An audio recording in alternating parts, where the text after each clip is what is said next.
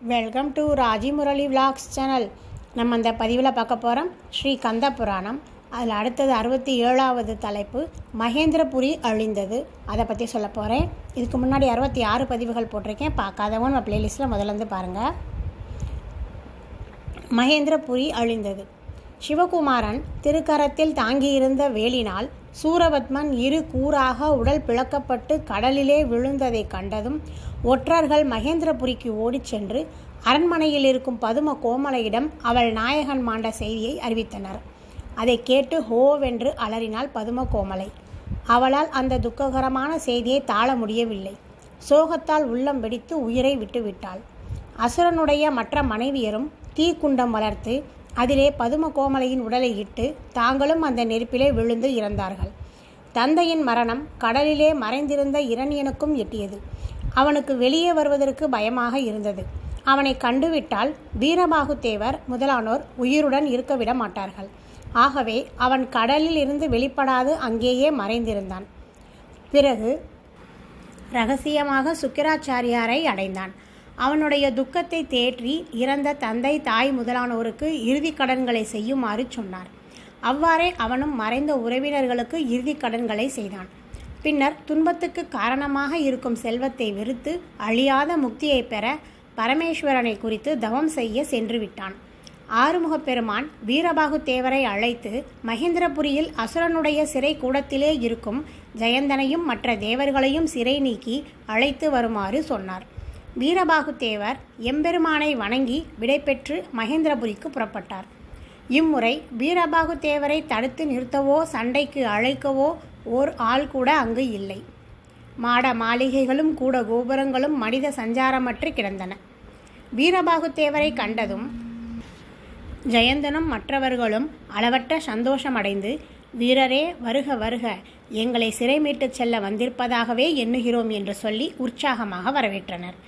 தேவர்களே, உங்கள் ஊகம் சரியே. செந்தில்நாதன் திருக்கரத்தால் சூரபத்மன் அழிவை அடைந்தான். அவனுடைய சேனைகள் அனைத்துமே யுத்தத்தில் அழிந்து போயின. உங்களை சிறை மீட்டு அழைத்து வர எம்பெருமான் என்னை அனுப்பியுள்ளார் என்று கூறி வீரபாகு தேவர் சிறை கதவை உடைத்து கொண்டு உள்ளே வந்தார்.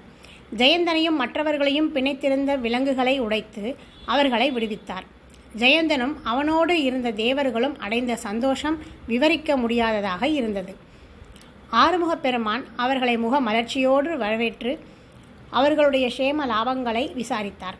அன்பர்களே, இத்தனை காலமாக அசுரனுடைய சிறையில் கிடந்து வாடி உடல் இழைத்து போனீர்கள். இனி அசுர பயமின்றி உங்கள் இருப்பிடங்களை அடைந்து மகிழ்ந்திருக்கலாம் என்று அருளினார். இந்திரன் ஓடி வந்து மகனை கட்டி அணைத்து ஆனந்த கண்ணீர் பெருக்கினான். ஜெயந்தா, என் பொருட்டு அசுரனுடைய சிறையிலே என்னென்ன கொடுமைகளுக்கு நீ உள்ளானாயோ, உன்னை பிடித்து சென்றார்கள் என்று கேட்டதிலிருந்து என் உள்ளம் சொல்லனா வேதனையால் துடித்து கொண்டிருந்தது. உன்னை மீண்டும் காண முடியாது போய்விடுமோ என்று கூட கண்ணீர் விட்டேன். குமாரா, இறைவன் திருவருளால் நாம் மீண்டும் ஒன்றுபட்டோம் என்று சொல்லி ஆனந்தப்பட்டான். ஒவ்வொரு தேவரையும் கட்டித் தழுவி அவர்கள் சிறையிலே பட்ட துன்பங்களுக்கு ஆறுதல் கூறினான். யுத்தத்திலே கொல்லப்பட்ட பூத வீரர்கள் அனைவரும் உயிர் பெற்று எழவும், எதிரிகளால் கைகள் வெட்டப்பட்டும் காயப்படுத்தப்பட்டும் கிடந்த வீரர்கள் எவ்வித துன்பமும் இன்றி எழுந்திருக்கவும் முருகப்பெருமான் திருவருள் செய்தார். இறந்தவர்கள் உயிருடன் எழுந்து வந்தனர். வெட்டப்பட்ட அங்கங்கள் முன்போல முளைத்தன. உடலிலே ஏற்பட்டிருந்த காயங்கள் எல்லாம் கொஞ்சமும் தெரியாது மறைந்து போயின. அனைவரும் எம்பெருமான் திருவருளை எண்ணி அவரை துதித்தார்கள். ஆறுமுகப் பெருமான் வர்ணனை அழைத்து மகேந்திரபுரியை அழித்து வருமாறு சொன்னார். அவனும் அவர் ஆணையை சிரமேற்கொண்டு ஊழிக்காலத்து வெள்ளம் போல சென்றான்.